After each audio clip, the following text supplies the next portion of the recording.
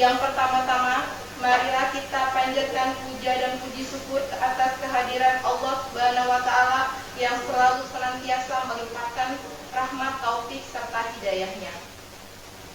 Sehingga pada kesempatan yang bahagia ini kita masih diberikan nikmat sehat, nikmat rezeki, sehingga kita masih dipertemukan di tempat yang insya Allah berkah ini. Amin amin ya robbal alamin. Tak lupa salawat serta salam semoga tetap tercurahkan kepada junjungan Nabi kita, Nabi Agung Nabiullah Rasulullah Shallallahu Alaihi Wasallam beserta keluarga dan para sahabat-sahabatnya. Karena berkat beliaulah kita dapat menikmati kehidupan yang penuh dengan kemuliaan ini. Amin amin ya robbal alamin. Untuk mempersingkat waktu, sebelum acara seminar ini dibuka, maka perkenalkan saya Pipit Safitri sebagai pembawa acara untuk membacakan susunan-susunan acara hari ini. Acara yang pertama, pembukaan. Kedua, sambutan oleh Direktur Politeknik PGRI Banten. Yang ketiga, pemaparan isi materi sekaligus diskusi dan tanya jawab. Yang keempat, penutup. Untuk pembukaan, untuk mempersingkat waktu, marilah kita buka acara hari ini dengan membaca basmalah 3 kali dan sholawat 3 kali. Bismillahirrahmanirrahim. Bismillahirrahmanirrahim. Bismillahirrahmanirrahim. Allahumma sholli ala sayyidina Muhammad. Allahumma sholli ala sayyidina Muhammad.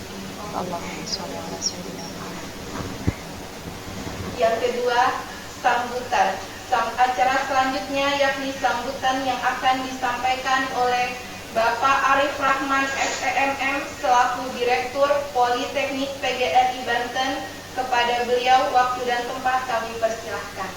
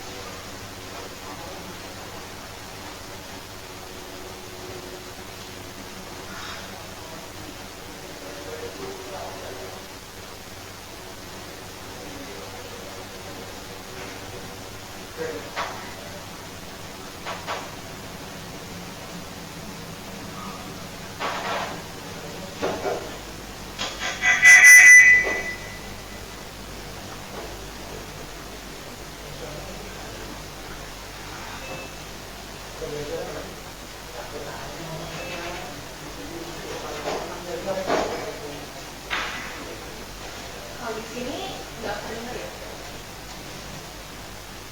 Udah mulai ngomong Pak Arif ya?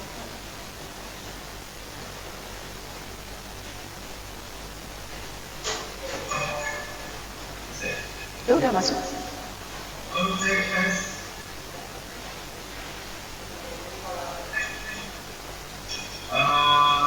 Suara saya terdengar, Bapak Ibu. Terdengar. Terdengar. Ya, kita teknologi di kecanggihan auto teknologi tetap menjadi highlight dan paling penting supaya teknologi sudah already follow itu.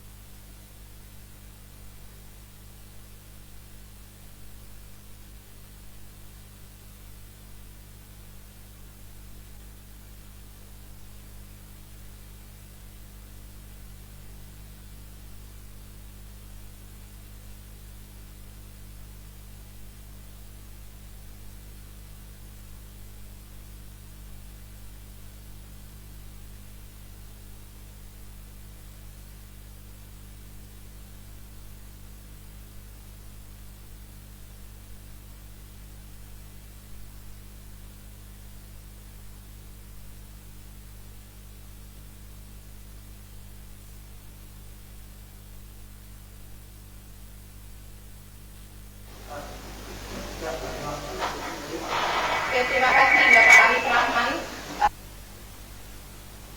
Yang ketiga, acara inti, acara yang selanjutnya, acara yang kita nanti-nantikan, yakni isi materi dengan sekaligus diskusi dan tanya jawab oleh Ibu Haji Nuratul SMAK. Beliau lahir di Serang 2 Februari 1976. Alamat beliau di lingkungan Ramanuju, RT 001, RW 0011, Kelurahan Citangkil, Kecamatan Citangkil, Kota Cilegon, Banten. Status beliau sudah menikah Jumlah anak beliau 5 putra, hobinya membaca dan memasak. Media sosial beliau, Facebook Nuratul Uyun New, Instagram @bunda_Nuratul Uyun, YouTube Uyun Official, website www.uyun.co.id, email bundayuyun2016@gmail.com. Riwayat pendidikan beliau, SD yang pertama SD Negeri Kubang Sepat 1 tahun 1988, SMP Negeri Pulau Merak 3 Cilegon tahun 1991, SMA Negeri 1 Serang 1994, S1 Fakultas Ekonomi Universitas Islam Bandung tahun 1999, S2 Magister Akuntansi Universitas Pancasila Jakarta 2012. Pekerjaan beliau, pimpinan Komisi 3 DPRD Kota Cilegon tahun 2014 sampai 2019, pernah menjadi Ketua Fraksi PKS DPRD Kota Cilegon tahun 2016 sampai 2019, pernah sekarang menjabat sebagai Wakil Ketua 2 DPRD Kota Cilegon mulai dari 2019 hingga sekarang.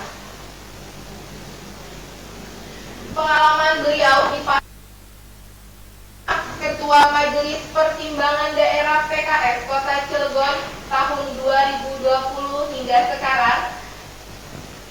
Yang kedua, Ketua Bidang Perempuan dan Ketahanan Keluarga DPD PKS Kota Cilegon tahun 2015-2020. Untuk kepada Ibu Haji Nuratul Uyun SEMAK, Wakil Ketua DPRD Kota Cilegon selaku dosen Politeknik PGRI Banten, kepada beliau waktu dan tempat kami persilahkan. Terima kasih Bu Pipit. Assalamualaikum warahmatullahi wabarakatuh. Suara saya terdengar semua? Jelas? Terdengar? Oke, baik. Alhamdulillah, puji syukur kepada Allah Subhanahu wa taala, pagi hari yang cerah, pagi hari yang indah, sekalipun awan sempat menyelimuti Kota Cilegon, tapi cuaca yang sedikit mendung tidak boleh menurunkan semangat kita. Tetap semangat buat belajar, memperkaya diri, menambah ilmu pengetahuan, dan menjadikan kita terus menjadi orang-orang yang mempunyai nilai positif dan nilai lebih buat sesama kita dan buat diri kita juga. Salawat dan salam mudah-mudahan senantiasa terlimpahkan kepada teladan kita Nabi Muhammad Sallallahu Alaihi Wasallam beserta keluarga, para sahabat dan keluarganya, dan semoga kita semua adalah umat Rasulullah yang akan diberikan syafaatnya ila yaumil qiyamah. Amin ya rabbal alamin. Bersyukur pagi hari ini bisa hadir di Politeknik PGRI Banten, dan tentu saja yang saya hormati, saya banggakan Pak Arif Rahman, Direktur Politeknik PGRI Banten. Terima kasih Pak sudah berkenan mengundang saya. Luar biasa ini, mahasiswanya pagi-pagi sudah 100 lebih yang hadir secara online. Berarti semangat untuk berbagi, semangat untuk diskusi dan sharingnya luar biasa antusias. Yang saya hormati Mbak Pipit, moderator kita. Yang Bu Pipit, saya manggil Bu Pipit dong. Bu Pipit, moderator kita yang sangat energik, dan tadi sudah sempat diskusi dan bicara-bicara sedikit tentang beliau. Ternyata pernah bersama di kantor dengan saya. 1 tahun ya Bu? 1 tahun. Dan yang saya hormati seluruh jajaran Sivitas Akademika Politeknik Banten, Bapak Ibu sekalian, serta saudara-saudari yang hadir pada Zoom pagi hari ini. Tentu saja buat saya ini adalah sebuah kebahagiaan. Bisa datang, bisa bertemu secara online dengan teman-teman semuanya, dengan saudara-saudari sekalian. Kita di sini akan banyak diskusi terkait dengan quantum of change. Kalau bicara quantum of change, luar biasa. Sebuah kalimat yang penuh dengan makna, syarat dengan makna. Kita bicara terkait dengan quantum of change. Oh tadi Bu Pipi sudah mengenalkan. Saya sudah menikah dengan 5 putra, dan aktivitasnya tadi sudah disebutkan. Kalau kita bicara quantum of change, kita berbicara terkait dengan metode untuk melakukan perubahan secara cepat dalam pola pikir, kebiasaan, dan kehidupan kita. Tentu saja yang menjadi pelakunya adalah diri kita sendiri. Apa sesungguhnya akan kita lakukan untuk diri kita? Apa yang akan kita gunakan metodenya, sehingga kemudian metode itu bisa memberikan sebuah perubahan yang sangat cepat buat diri kita, baik dalam cara berpikir kita, baik dalam merubah kebiasaan kita, ataupun dalam kehidupan kita. Dan pastinya kita adalah orang yang menjalani kehidupan kita sendiri.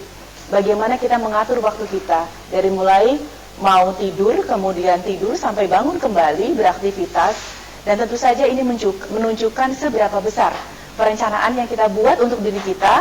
Kalau kita ingin menghadirkan perubahan-perubahan yang sangat cepat dalam diri kita, tentu saja kita harus mengatur semuanya dengan cara sistematis dan menghadirkan kegiatan-kegiatan yang bisa menjadi panduan buat kita bersama. Nah, kemudian kalau kita lihat juga sebenarnya quantum of change itu adalah membangun kesuksesan pribadi kita tanpa batas. Maka yang menjadi penentu adalah diri kita sendiri. Teman-teman semua yang menentukan. Saudara-saudari semuanya menentukan. Kalau kita pengen maju, maka kita harus membuat perencanaan hidup kita untuk maju. Kalau kita ingin berkembang, maka kita harus membuat perencanaan hidup kita untuk berkembang. Begitu pula, kalau kita ingin menjadikan kehidupan kita ini bermanfaat untuk orang lain, maka kita harus merencanakan dan men-setting kehidupan kita untuk terus memberikan manfaat untuk semua orang, baik diri kita, keluarga kita, maupun masyarakat yang ada di tengah-tengah kita. Nah, kenapa kita harus kemudian punya quantum of change? Karena manusia itu adalah aset. Aset yang tidak ternilai, artinya sangat besar nilainya. Terlalu besar nilainya manusia itu. Yang dipunyai oleh lembaga, yang dipunyai oleh keluarga yang pertama kali jelas, perusahaan maupun negara kita. Jadi kalau kita di dalam rumah sebagai seorang anak, kita adalah aset terbesar bagi orang tua kita. Kita adalah aset terbesar bagi keluarga besar kita. Maka itu menjadi sebuah keunggulan buat kita.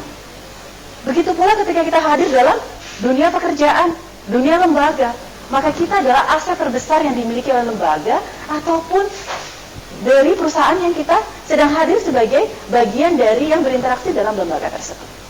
Bahkan negara ini juga mengatakan warganya, manusianya adalah aset terbesar yang dipunyai oleh negara itu sendiri. Betapa besar nilai kita? Sangat besar, sangat berarti, sehingga patut buat kita untuk memberikan apresiasi kepada diri kita, merencanakan diri kita, agar kemudian diri kita betul-betul berkualitas dan bernilai di mata kita sendiri, kemudian kepada keluarga kita, kepada lembaga kita, lingkungan kita, bahkan kepada negara ini. Luar biasa. Jadi kalau kita sudah tahu bahwa kita ini punya nilai yang sangat besar, jangan pernah meremehkan diri sendiri. Jangan pernah merendahkan diri sendiri. Kita harus yakin kita punya keunggulan, kita punya kelebihan, kita punya kemampuan, dan kemampuan itu harus kita gunakan untuk menjadikan diri kita maju, menjadikan diri kita berkembang, dan menjadikan diri kita lebih bermanfaat lagi. Nah, sebagai seorang mahasiswa, tentu saja proses yang ada di dalamnya adalah dunia pendidikan. Kita sedang menjalani tahapan pendidikan. Saudara-saudari sekalian semua sedang menjalani tahapan itu. Jadi kalau kita bicara pendidikan, bagi sebuah generasi itu adalah membangun sebuah kehidupan yang lebih berkualitas. Bagi dirinya, bagi negara, bagi orang tuanya, dan itu tidak hanya di dunia saja, tapi di akhirat sebagai bagian yang kita rencanakan membangun sebuah kehidupan. Bisa dibayangkan betapa pendidikan itu bisa menghantarkan perubahan cara pandang, betapa pendidikan itu bisa merubah mindset kita sebagai seorang manusia, dan betapa pendidikan itu bisa menghantarkan kita untuk lebih bisa meyakini dan mempercayai bahwa kita memang adalah makhluk yang Allah ciptakan, yang kemudian mempunyai keterbatasan, dan wajib bagi kita juga untuk selalu memohon kepada Allah agar diberikan kemudahan, kelancaran, dan perlindungan dalam sebuah aktivitas yang kita jalani. Sehingga dengan pendidikan yang memiliki peran yang sangat besar untuk membangun sebuah kehidupan yang lebih berkualitas, maka pendidikan itu bukan sebuah tuntutan. Jadi kalau saudara-saudari mengatakan bahwa orang tua saya menuntut saya kuliah, oh bukan. Paradigma berpikir kita harus dirubah. Pendidikan adalah kebutuhan kita. Pendidikan adalah kebutuhan semuanya. Karena cara pandang berpikir kita, mindset kita akan berubah dengan pola pendidikan yang kita terima dan jenjang pendidikan kita tempuh. Jadi, mulai sekarang kita harus berubah mindset. Pendidikan itu adalah kebutuhan, menjadi kebutuhan dasar buat kita, sehingga kemudian kita bisa lebih berkualitas dan bisa lebih menunjukkan apa yang menjadi kemampuan diri kita untuk diri kita sendiri dan keluarga kita pada umumnya. Nah, bicara terkait dengan kehidupan manusia, gak ada manusia itu yang ingin hidupnya susah. Gak ada. Setiap manusia menginginkan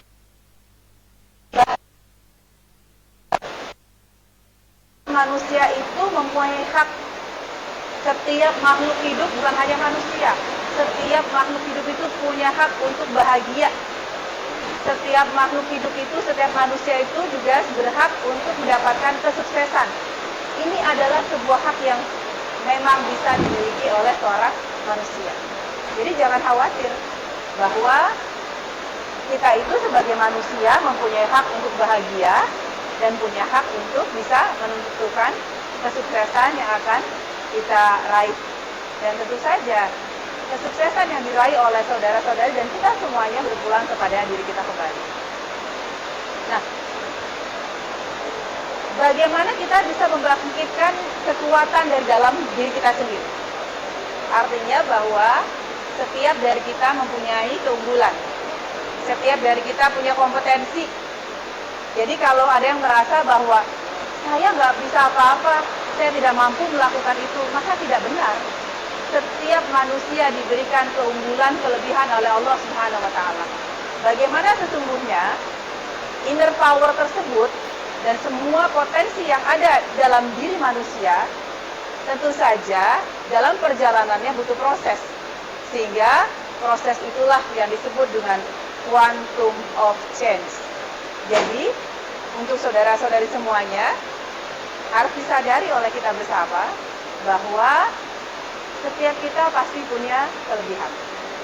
Setiap kita pasti punya keunggulan. Bagaimana keunggulan itu kita jalani berproses agar kemudian bisa menghadirkan sebuah hasil yang maksimal, dan itu adalah upaya kita dalam menjalankan quantum of change. Nah, kenapa kita perlu sih melakukan percepatan, ataupun katakanlah kita perlu melakukan suatu peningkatan diri, kapasitas diri? Yang pertama adalah membangun diri yang sukses. Pasti ketika Bapak Ibu sekalian, saudara-saudari semuanya, ketika memilih untuk memutuskan melanjutkan jenjang pendidikan, maka satu hal yang tidak boleh kita lupakan adalah ada kesuksesan yang ingin diraih, ada kesuksesan yang ingin dicapai sebagai seorang mahasiswa. Sehingga kemudian dengan pilihan tersebut itu akan memberikan sebuah pribadi yang efisien, efektif, produktif tanpa batas. Kebayang dengan dunia seorang mahasiswa, kegiatan akademik yang cukup padat ditambah dengan kegiatan bermasyarakat yang tidak kalah tingginya juga, tidak melupakan kewajiban-kewajiban sebagai seorang pribadi kita juga, tetap menjadikan kita untuk terus bisa mempunyai semangat yang besar untuk sukses. Dan sukses itu yang menentukan adalah diri kita sendiri. Kemudian secara khusus, bahwa quantum of change itu perlu kita hadirkan karena kita ingin membangun para mahasiswa agar semua mahasiswa itu tetap sehat. Pada kondisi pandemi seperti ini kita harus punya semangat yang sehat. Mindsetnya harus sehat dulu. Sehat, sehat, sehat. Supaya kemudian setelah kita punya mindset bahwa kita harus sehat, kita pun kemudian menerapkan protokol kesehatan agar semuanya berada pada kondisi yang sehat dan terhindar dari virus COVID-19. Kemudian kita ingin tadi sukses, kita ingin bahagia. Bahagia itu tidak hanya secara materi, tapi bahagia secara lahir dan batin. Secara psikologis kita bisa merasakan, secara ruhiyah kita bisa merasakan kebahagiaan itu. Dan kemudian juga apa yang kita lakukan efektif dan efisien. Dan tidak hanya itu, tetapi juga sangat produktif yang bisa memberikan manfaat untuk orang di sekitar kita dengan peran dan tanggung jawab yang melekat dalam aktivitas kita sehari-hari dan semuanya dijalankan dengan penuh rasa optimal. Luar biasa. Sangat positif. Sangat memberikan inspirasi buat kita. Jadi selalu yang ada di benak kita adalah bagaimana kemudian menghadirkan diri kita itu agar kemudian kita bisa meraih kesuksesan dengan penuh rasa bahagia, sehingga apa yang menjadi target kita bisa kita capai secara efektif dan efisien. Dan ingat, semuanya itu kita lakukan dalam kegiatan sehari-hari dengan penuh rasa optimal. Jadi memang nilai-nilai positif juga harus selalu ada di benak kita. Kenapa? Supaya dalam perjalanan kita menyelesaikan aktivitas kita itu semuanya selalu bisa mendapatkan hasil yang positif. Karena kalau mindsetnya nggak positif, negatif, repot. Dalam perjalanan selalu bilangnya, nggak bisa, saya mah tidak. Kalau sudah seperti itu, maka quantum change susah dilakukan. Maka buang yang seperti itu. Insya Allah kita bisa melakukan. Kenapa sih perlu quantum of change?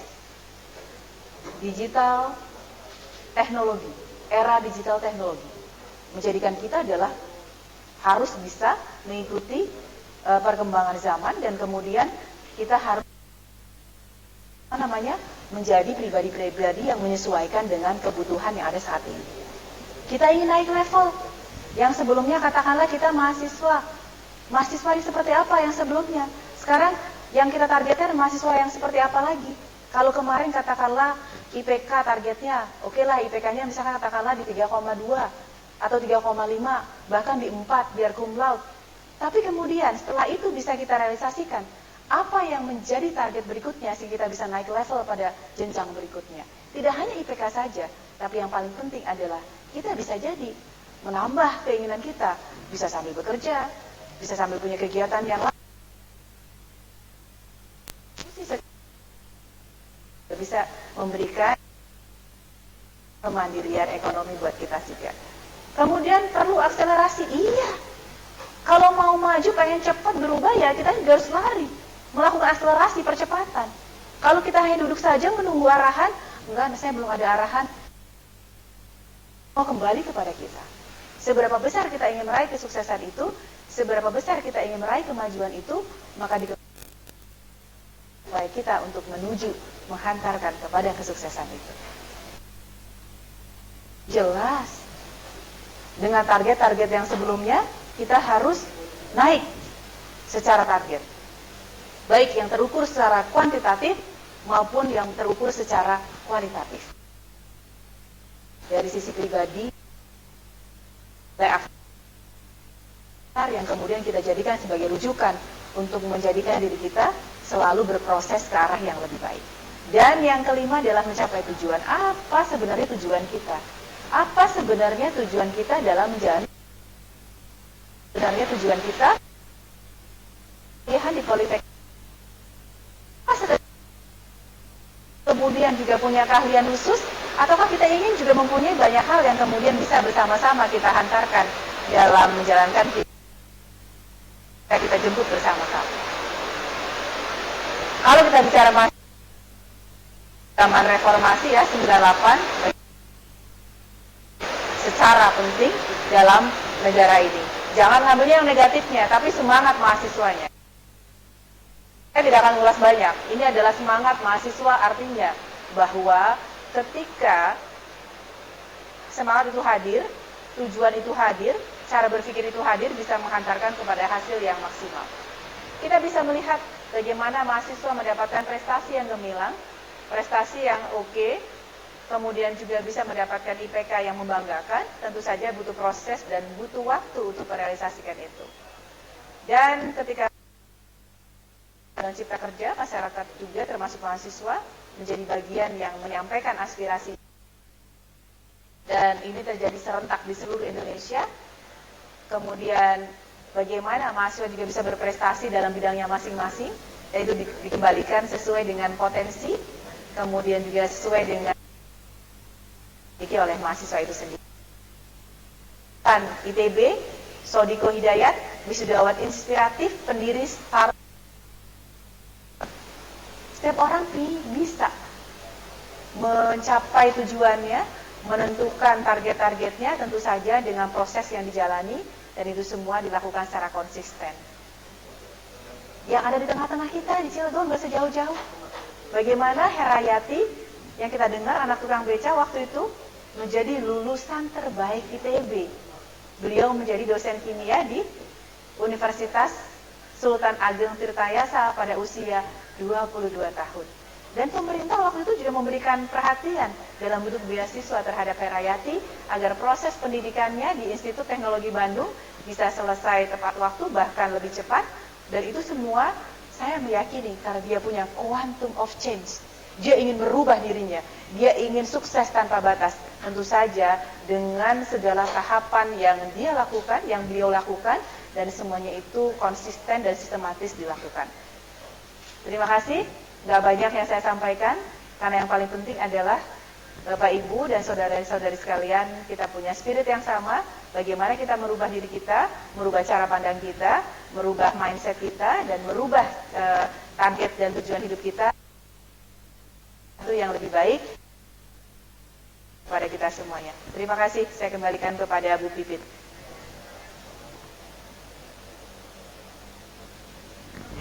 Terima kasih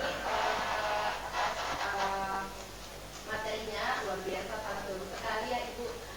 Saya juga jadi berpikir pendidikan itu jadi kebutuhan ya. Pendidikan itu jadi satu kebutuhan seperti makan dan minum ya. Untuk diri kita sendiri. Oke, selanjutnya mungkin ada tanya jawab. Tanya jawab mungkin boleh dimulai dari nyalakan up your hand ya, angkat tangannya ya, lewat chat. Tapi kalau mau tanya boleh angkat tangannya, baru nanti kita open mic. Sudah ada?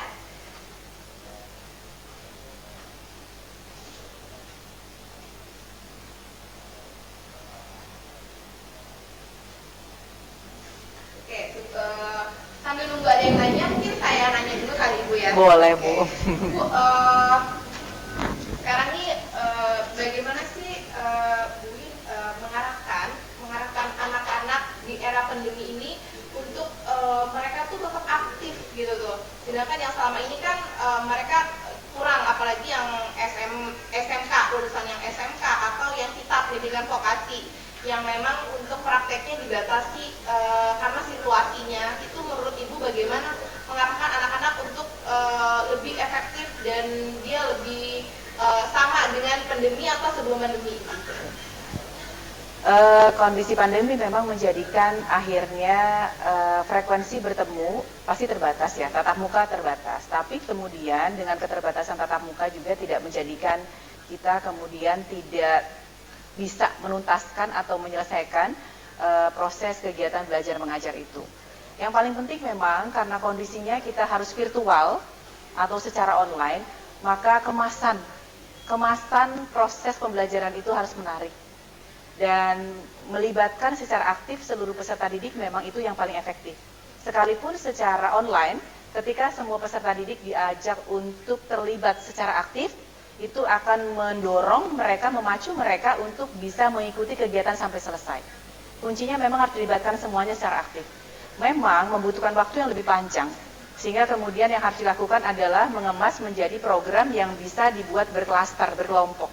Sehingga kemudian anak-anak pun atau katakanlah mahasiswa ataupun seluruh elemen yang terlibat dalam pendidikan itu bisa maksimal dan semuanya bisa kita bahas secara bertahap, sekalipun memang capaian yang diinginkan secara realita bisa jadi sedikit lebih rendah dibandingkan dengan apa yang kita targetkan secara pencapaian untuk katakanlah secara pencapaian administratif atau kelembagaan. Tetapi itu tidak menjadikan kemudian kita menurunkan semangat, tetap harus semangat.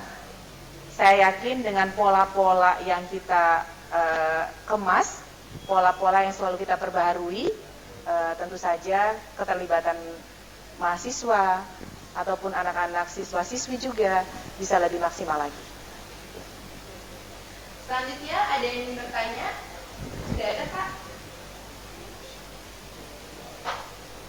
Ada yang sudah acungkan tangan? Nah, itu bisa dibuka mic-nya. Tolong dibuka mic-nya. Nanti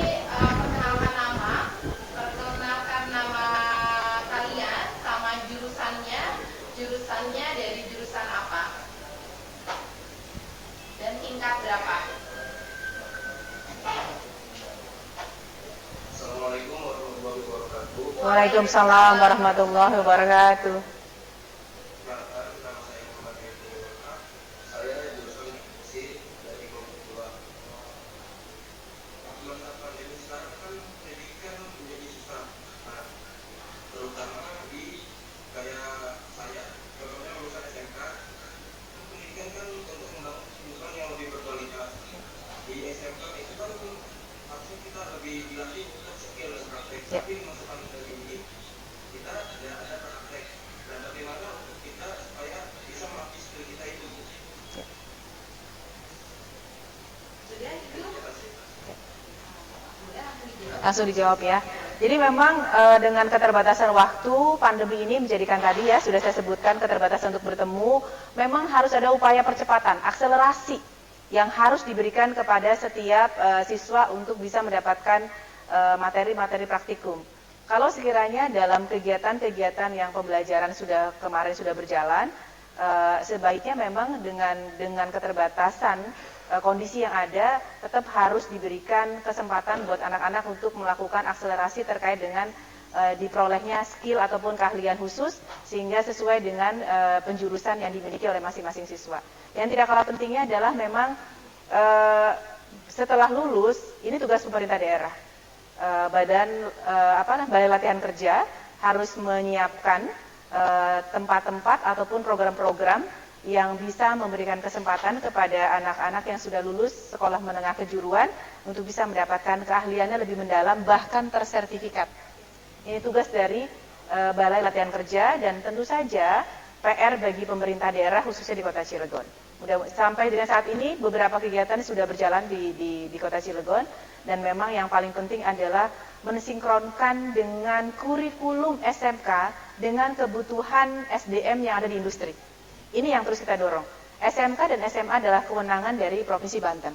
Sehingga kemudian kita sampaikan kepada provinsi agar ketika mendesain kurikulum bagi SMK adalah disesuaikan dengan kebutuhan industri yang ada, khususnya bagi industri yang ada di Provinsi Banten. Karena nantinya lulusannya bisa diserap secara langsung oleh industri yang ada di Kota Cilegon ataupun di Provinsi Banten pada umumnya. Begitu Bu Pipit? Oke, terima kasih. Selanjutnya pertanyaan kedua dari boleh Kak dibuka? Sudah ada satu lagi yang acungkan tangan.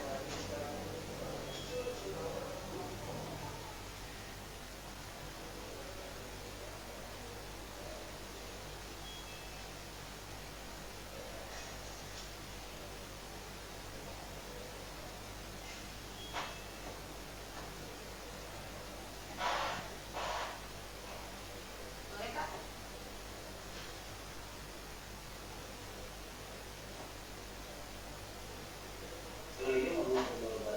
Waalaikumsalam warahmatullahi wabarakatuh.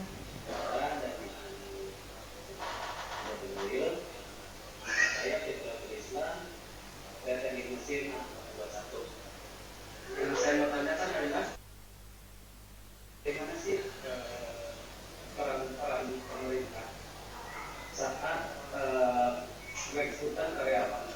Saya sering baca di media sosial itu, rekrutmen karyawan benar-benar salah satunya menjadi prinsip of reputable. Sementara di Cilegon ini masih bisa dikatakan belum bisa bersaing dengan PBS dan yang lain. Bagaimana cara pemerintah daerah menyikapi hal itu? Terima kasih. Langsung dijawab. Jadi Fitratul Islam tadi ya, saudara Fitratul Islam. Yang pertama memang seperti yang tadi saya sebutkan, setiap dari kita punya kompetensi, punya keunggulan. Kemudian kalau kita memilih di program studi sekarang, katakanlah teknik mesin, maka jadikanlah teknik mesin itu sebagai keahlian yang kita miliki, sehingga kemudian segala persyaratan ataupun kualifikasi kemampuan di teknik mesin itu harus betul-betul kita kuasai. Kalau sekiranya ilmu-ilmu itu sudah kita jadikan sebagai keahlian diri kita, ke depan mudah-mudahan juga industri bisa melihat bahwa kompetensi yang dimiliki oleh masyarakat Kota Cilegon, warga Kota Cilegon juga bisa dikomparasikan dengan kompetensi yang dimiliki oleh warga dari luar Cilegon, apalagi dari lulusan katakanlah PTN favorit.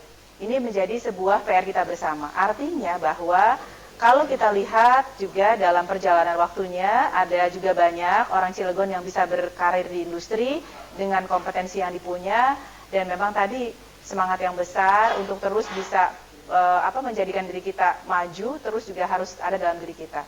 Jadi kuasai dulu apa yang menjadi program studi kita. Kalau teknik mesin, kuasai teknik mesin semaksimal mungkin, sehingga kompetensi kualifikasi dasar yang harus dipunya oleh seorang yang memang di bidang teknik mesin, kita bisa memiliki itu.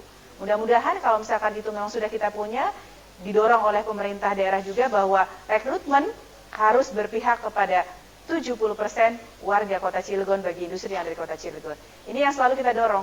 Industri manapun yang mau rekrutmen itu harus melibatkan Dinas Tenaga Kerja. Kemudian juga 70%-nya harus memenuhi orang Cilegon. Ini yang selalu kita dorong.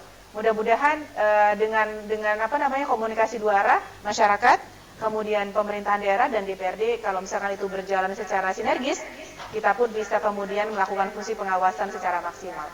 Memang perlu komitmen yang besar dari pemerintah, dari DPRD-nya, dan dari masyarakat, serta yang paling penting adalah dari industrinya. Itu Bu Pipit. Terima kasih Ibu. Selanjutnya pertanyaan yang ketiga, boleh open mic, Kak?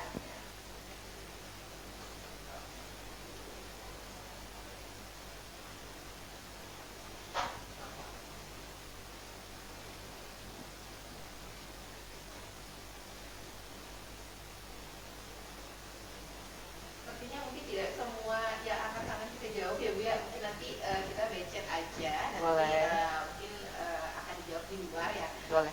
Karena mungkin pertanyaannya saya batasi mungkin sampai 5, itu bisa. Boleh. Sampai 5. Masih ada 3 pertanyaan lagi untuk penanya. Boleh dibuka Pak mic-nya? Ya.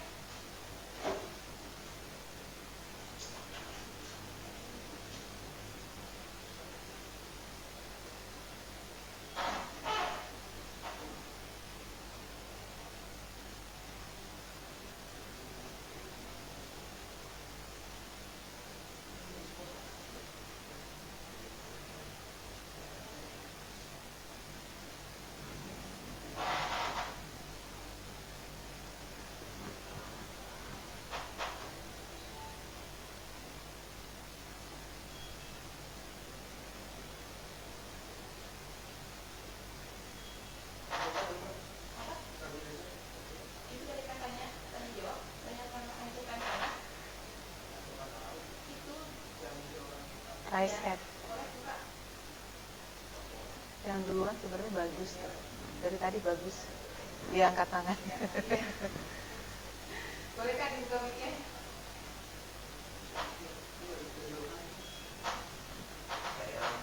Boleh, perkenalkan nama sama jurusannya. Saya Sulahuddin Yusuf.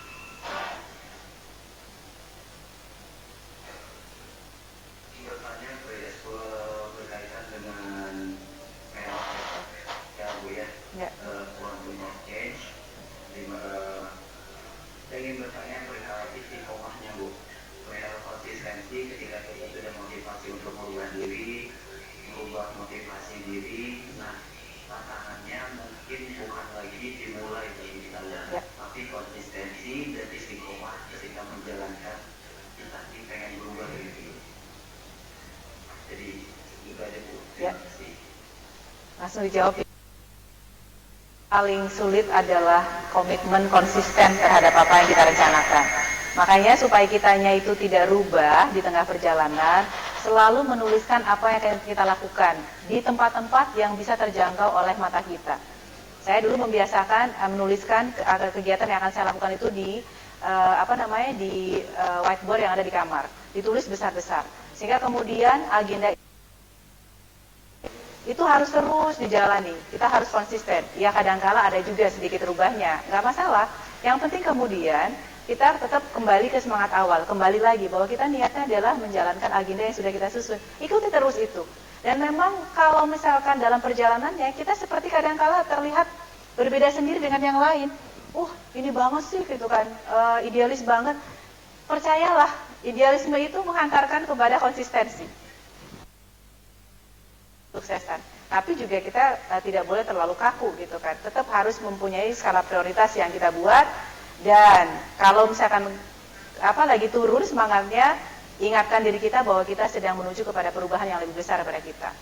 Bahwa mimpi-mimpi besar itu ke dalam ranah pemikiran kita, sehingga kemudian kita bisa mencoba untuk menjadikan itu sebagai bagian yang kita implementasikan setahap demi setahap. Jangan banyak-banyak dulu. Satu hari berapa nih yang kita ingin konsistenkan?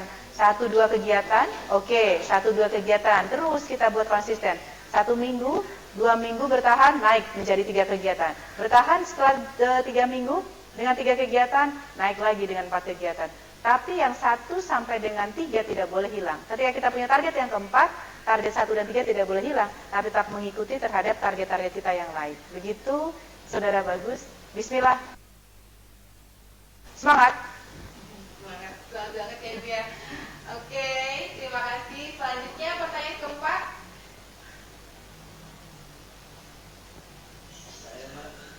Oke, perkenalkan nama sama jurusannya.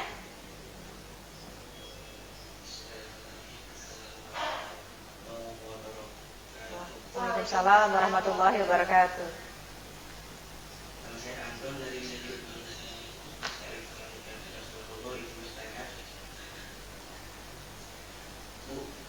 tentang kehidupan karyawan di sini. Saya ambil contoh satu dari sisi generasi digital yang selama ini, dan saya sering melihat kecil rumahnya.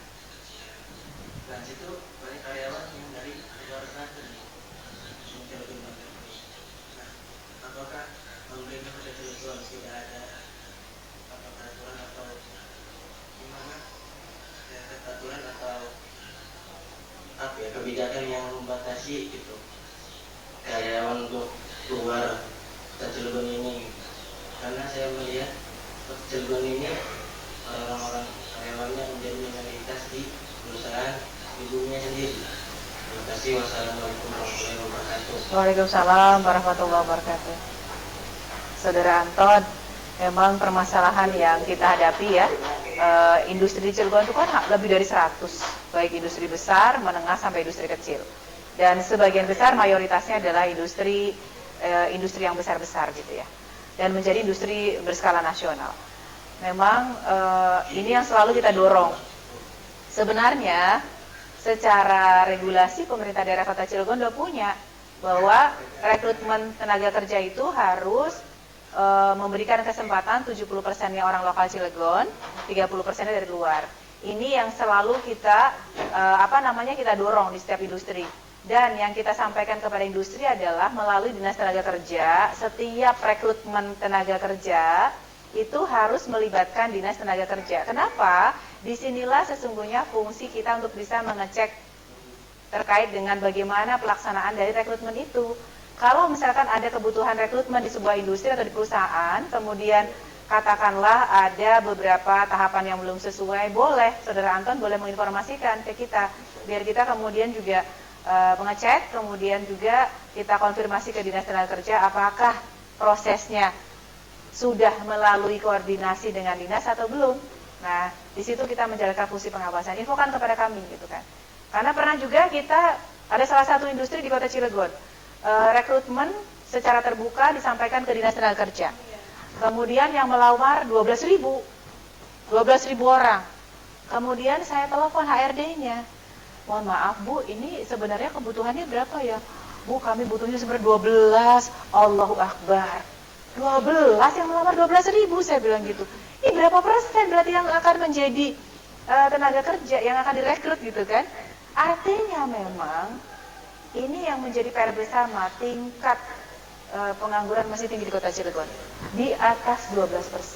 Kami selalu mendorong, ayo industri kalau misalkan mau rekrut, Jangan cari orang luar dulu, orang Cilegon dulu. Infokan kepada kami supaya kami bisa melakukan pengecekan lewat Dinas Tenaga Kerja untuk mengecek apakah sudah koordinasi. Kalau belum, kita ingatkan industrinya supaya kembali kepada 70% Cilegon, warga kota Cilegon, dan 30% dari luar. Begitu Bu Pipit? Oh, berarti Dinas Ketenagakerjaan juga dia punya data masyarakat yang memang belum bekerja. Jadi secara statistik Pemkot Cilegon punya data jumlah pengangguran yang ada di kota Cilegon. Nah, ini yang kemudian harus kita breakdown. Siapa sajakah yang terkategori pengangguran tersebut, sehingga kemudian PR itu harus kita tuntaskan setahap demi setahap. Karena kalau misalkan data itu sampai by name by address, kemudian juga setiap industri itu secara berkala rekrutmennya sudah terjadwal, sehingga kemudian Dinas Tenaga Kerja sudah bisa melakukan estimasi, oh bulan ini perusahaan A, bulan Februari perusahaan B, bulan Maret perusahaan C, bulan April perusahaan D, dan seterusnya. Maka sebenarnya PR pengangguran itu kita tuntaskan satu demi satu. Nah, ini yang kita ingin disebut dengan link and match juga salah satunya. Jadi tidak hanya secara database yang harus dipunyai oleh pemerintah daerah Kota Cilegon melalui Dinas Tenaga Kerja yang tersaji dalam Badan Pusat Statistik juga, tapi yang tidak kalah pentingnya adalah kemudian industri selalu berkomunikasi terhadap kebutuhan tenaga kerja yang ada di perusahaannya, sehingga kemudian bisa terjadwal dilakukan koordinasi oleh Dinas Tenaga Kerja dan upaya-upaya untuk bisa mengadvokasi, membela masyarakat Cilegon bisa lebih masif lagi. Apa itu masyarakat harus terdaftar di BKK dulu, Bu? Karena kan sekarang ada BKK Ya. Pusat Kerja Khusus gitu. Jadi ada beberapa perusahaan yang memang harus terdaftar, sehingga sebelum mereka perekrutan mereka harus lapor dulu gitu tuh. Jadi dia tidak buka lowongan kerja keluar gitu. Jadi tidak meminimalisir merekrut masyarakat luar. Jadi mengutamakan masyarakat Banten dulu atau Cilegon dulu yang mereka sudah terdaftar di BKK. Apa seperti itu?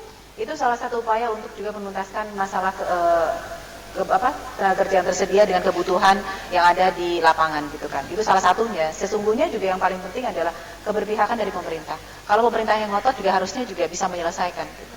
Artinya bahwa industri dengan pemerintah itu kan satu yang nggak bisa dipisahkan. Bagaimanapun juga industri butuh perizinan dari pemerintah. Pemerintah butuh industri untuk bisa menyelesaikan angka pengangguran yang ada di kota atau daerahnya, termasuk di Cilegon. Dan seharusnya memang kalau di kita itu Cilegon itu karena industrinya padat modal. Jadi penggunaan tenaga kerjanya itu tidak terlalu banyak. Sehingga yang harus kita dorong adalah bagaimana kemudian dari hulu sampai hilir dioptimalkan menggunakan tenaga kerja kota Cilegon. Nah, itu yang harus kita dorong.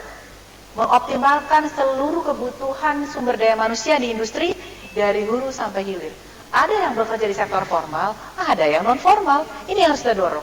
Dan perlu data yang kuat untuk bisa menyelesaikan permasalahan itu. Karena kan masyarakat, termasuk saya sendiri Ya. yang melihat potensi kerja gitu di Cilegon ini memang cukup besar karena Ya. kita lihat industrinya jauh lebih banyak. Ya. Tapi kok penganggurannya juga lumayan besar Betul, juga gitu. betul. Itu salahnya di pendidikan masyarakatnya atau masyarakat yang tidak bisa memadai SOP atau aturan-aturan perusahaan, atau memang perusahaan yang melihat masyarakat Cilegon ini kurang gitu tuh, bahkan nanti bakal merugikan perusahaan saya, jadi ini perusahaan ini ambilnya tenaga kerja asing atau tenaga kerja luar gitu tuh. Ya, memang yang pertama memang harus dikuatkan terkait dengan kompetensi dasar dari SDM-nya. Apa yang didapatkan di sekolah, kurikulum di sekolah itu harus sesuai dengan kebutuhan industri. Kan mau nggak mau ketika lulus SMK, siap kerja, itu sesuai dengan kebutuhan industri. Kadang-kala kan fresh graduate ini banyak. Ketika open recruitment, kualifikasinya nggak masuk. Maka yang harus didorong adalah kurikulumnya sesuaikan dulu sama kebutuhan industri. Yang di Cilegon apaan sih ini kebutuhannya, SDM-nya? Nah, SMK-nya apa aja yang ada di Cilegon? Nah, kita dorong di Provinsi Banten. Kebutuhan industrinya seperti ini di Kota Cilegon. Maka kurikulum di Kota Cilegon harus ada muatan lokal yang memberikan kompetensi kepada anak-anak agar kemudian setelah lulus dia bisa diterima oleh industri sesuai dengan kebutuhannya. Kalau itu tidak dilakukan, maka tidak akan pernah bisa menyelesaikan permasalahan kompetensi atau kualifikasi dari masyarakat atau SDM yang ada di Kota Cilegon. Itu yang pertama. Yang kedua, yang harus menjadi perhatian kita bersama adalah selain tadi kurikulum, yang kedua adalah bahwa keberpihakan pemerintah harus dominan. Pemerintah harus betul-betul mengintervensi. Karena bagaimanapun juga masyarakat itu tidak punya kekuatan yang dahsyat. bisa masuk ke dalam industri. Tetapi pemerintah daerah juga harus hadir di dalam.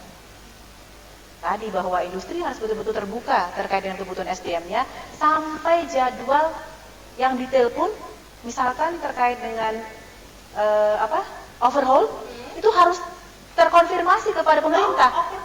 Iya, kan itu pekerjaan yang merekrut banyak orang juga. Kita bisa, kalau overhaul itu dibuat berjadwal, tidak serentak dalam satu waktu. Bayangkan, misalkan katakanlah 50 industri. Januari sampai Desember masing-masing punya jadwalnya. Warga bisa berputar tuh di 12 bulan itu dengan perusahaan yang berpindah dari 1 sampai dengan 50. Tidak ada pengangguran. Yang kedua, yang ketiga,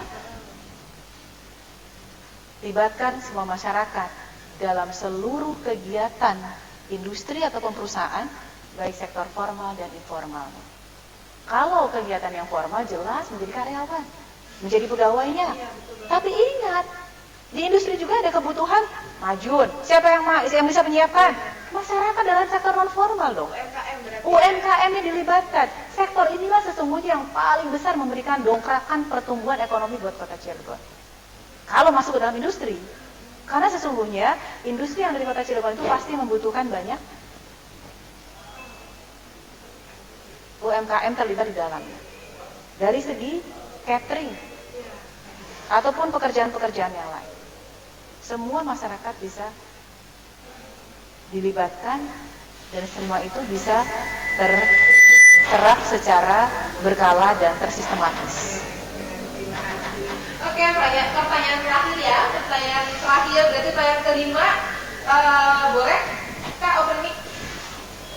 Saya sampai lupa kalau saya moderator, saya banyak tanya. Nggak apa-apa. Karena seru sekali nih ngobrol bareng Ibu Yun, luar biasa sekali pengalamannya dan motivasinya untuk kita semua. Oke, pertanyaan terakhir, pertanyaan kelima.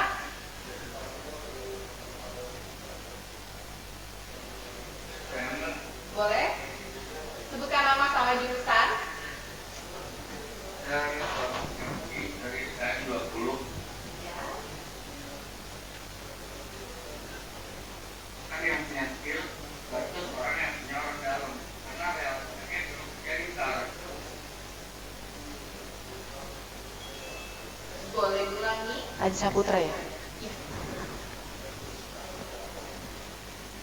Kan yang punya skill, kalau orang itu orang yang punya orang dalam. Ya. Ya. Ini memang menjadi permasalahan yang klise di mana-mana. Tapi kalau sekiranya tadi yang saya sampaikan, setiap rekrutmen itu terkoordinasi dengan Dinas Tenaga Kerja, upaya-upaya untuk meminimalkan teman-teman yang punya kompetensi tidak masuk itu kita semakin kecilkan gitu. Artinya bahwa itu adalah kesempatan membuka ruang yang sangat besar, masyarakat yang punya kompetensi dan punya keahlian bisa bergabung secara maksimal di industri. Sekali lagi memang ini butuh pemikiran yang panjang. Ini butuh keterlibatan dari semua pihak dan juga termasuk seluruh elemen masyarakat Kota Cilegon. Karena juga kita harus bersama-sama menuntaskan permasalahan ini. Cilegon tuh nggak banyak penduduknya, 451.000 jiwa. PAD-nya 808 miliar. Kecamatannya cuma 8, kelurahannya 43, industrinya lebih dari 100. Iya, betul banget. Dan memang yang harus didorong juga untuk masyarakat Cilegon adalah siap berkompetisi, siap kemudian profesional, dan siap mempunyai kualifikasi yang baik. Itu juga harus ada pada orang masyarakat Cilegon. Ini yang terus kita dorong, karena saya sebagai orang Cilegon juga merasa bahwa ayo orang Cilegon juga bisa gitu kan. Supaya kita bisa bersaing dan kemudian bisa menjadi orang yang masuk ke dalam pelaku di industri itu sendiri. Begitu Aji. Ya sudah cukup Aji untuk pertanyaannya. Oh boleh silahkan. Tadi masih yang melibatkan perusahaan dan kasih. Kebetulan saya sendiri bekerja di situ. Dan insya Allah tahun depan adalah akan dimulainya proyek Cangkasi 2 yang diprediksi akan menyerap tenaga kerja sekitar 25.000 estimasi seperti itu.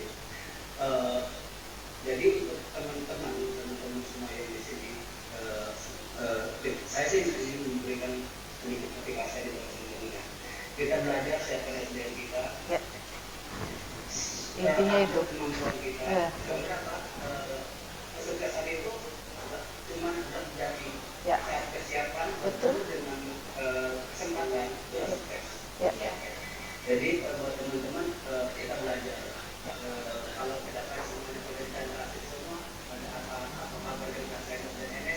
Iya. Cerdas juga deh. Maksudnya seperti ini, persiapan kemampuan kita, tapi kita juga sebagai tenaga kerja meminta peran pemerintah supaya menyiapkan lahannya seperti itu. Ya. Sebenarnya seperti itu. Saya baca di artikel itu blog 2002 atau 2003 kalkulasi 2 akan mulai komisioner. Artinya apa? Itu akan merekrut jumlah tenaga kerja yang sangat banyak. Buat teman-teman kita ini yang belajar semangat buat teman-teman, jangan putus asa, jangan malas. Ya. Terus saya ini alumni, kalau dikatakan mungkin di kelas saya itu. Iya, karena saya ikut kelas karyawan. Oke. Makanya buat teman-teman sangat beruntung kalian yang bisa sekolah dapat input yang tadi. Karena apa? Karena di Cilegon saat ini membutuhkannya rata-rata saya tarik itu D3 minimal D3. Nah, masalahnya sekarang adalah seperti Mas tadi yang nanya banyaknya dalam rumah. Kami di Cilegon beberapa perusahaan di dalam ya mensyaratkan university reputable. Jadi apa? Kalkulasi universitas yang baik. Terus pada perusahaan ini kerjasama dengan universitas di Indonesia. Salah satunya ITB, ITS, UGM. Pertanyaannya kita belum bisa survei berkompetisi dengan universitas tersebut karena memang masih jauh dari universitas tersebut. Maka dari itu kita yang di sini bekerjasama dengan pemerintah Cilegon untuk menyiapkan skill kita dan pemerintah Cilegon. Saya harapkan bisa berkontribusi untuk menyiapkan lapangan kerja. Untuk masalah lowongan sekarang itu sudah mulai terbuka. Kalau lowongan terbuka sekarang semua lowongan itu rata-rata dipublis di media sosial. Kalau kita di Instagram itu ada info lokal kesehatan Cilegon, itu ada. Karir Cilegon ada. Sebaiknya teman-teman mulai dari sekarang itu follow akun-akun yang berbasis ketenaga kerjaan supaya pas bisa sharing-sharing materi ilmu juga itu penting. Buat teman-teman kita yang masih kuliah sebaiknya punya akun di LinkedIn karena itu platform profesional untuk para pekerja supaya bisa membaca sharing-sharing masalah dari teman-teman yang saat kehidupan seperti apa, buatnya seperti apa.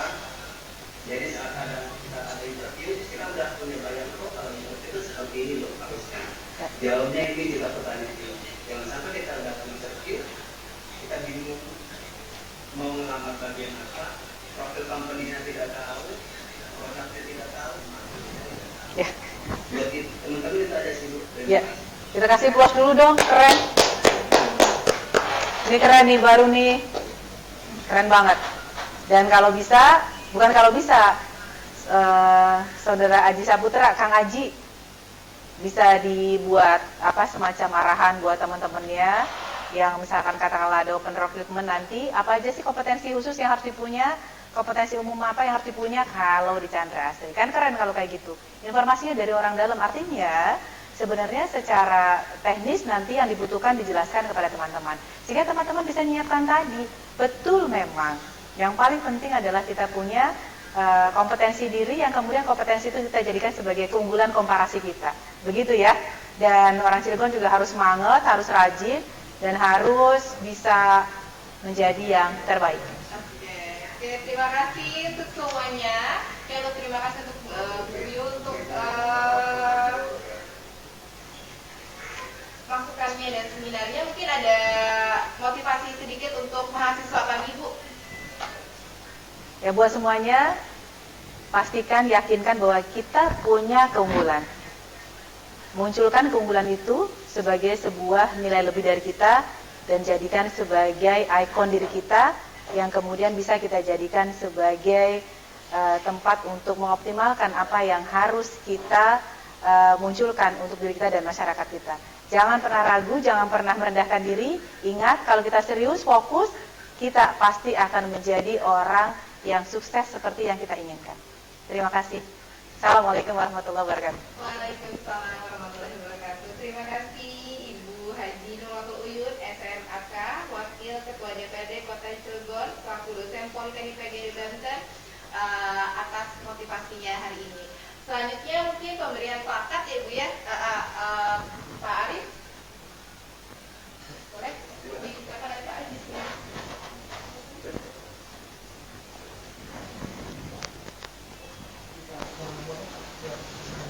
Kameranya dong.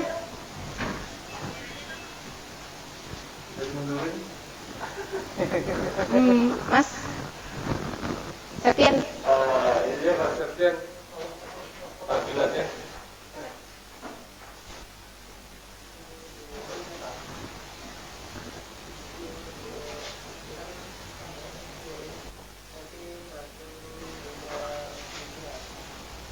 Tin tampilan di sininya, Sep. Tuh karena kita tinggi, jadi dia kelihatan. Sama Ibu, aduh makasih. Sama-sama, sukses selalu. Semoga.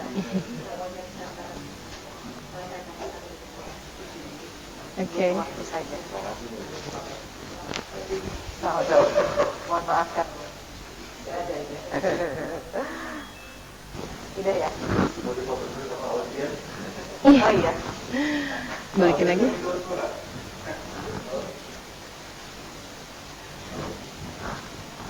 Sayangnya bergerak. Oke, selanjutnya acara terakhir ya Ibu ya, penutupan. Untuk yang terakhir penutupan sebelum kita tutup bersama, saya selaku MC pembawa acara pertemuan seminar hari ini memohon maaf yang sebesar-besarnya apabila ada tutur kata yang kurang dikenan di hati Bapak Ibu dan teman-teman semuanya, seluruh peserta webinar.